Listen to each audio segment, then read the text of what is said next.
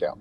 So I'm not sure if there's enough coercion or goodwill to force them to make that kind of a public climb down. There are other issues on the U.S. agenda, the removal and the renouncing of enrichment of uranium. Again, that would be a significant climb down.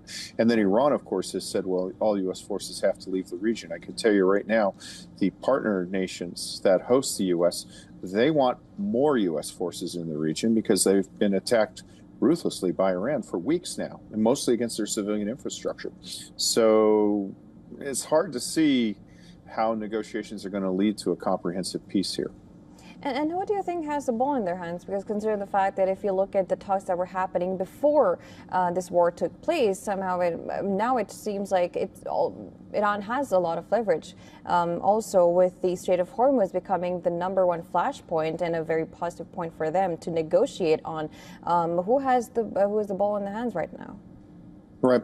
So let me start by looking at the negotiations before that. Those were very unproductive because Iran limited them just to the nuclear issue, which is only one of many issues. And, you know, the Arab states of the Gulf Cooperation Council, they're not unhappy because they've been nuked. They're unhappy because they've been attacked under sustained thing from ballistic missiles, which Iran refused to discuss before the war.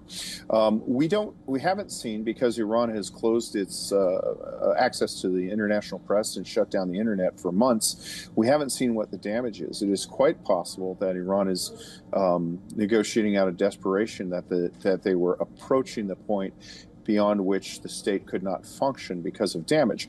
But at least in the public realm, the closure of shipping in the Strait of Hormuz, which we have to emphasize is a international water, and the shipping lanes that have been mined are in Omani territorial waters, and Oman was the mediator. So, you know, they're not a combatant.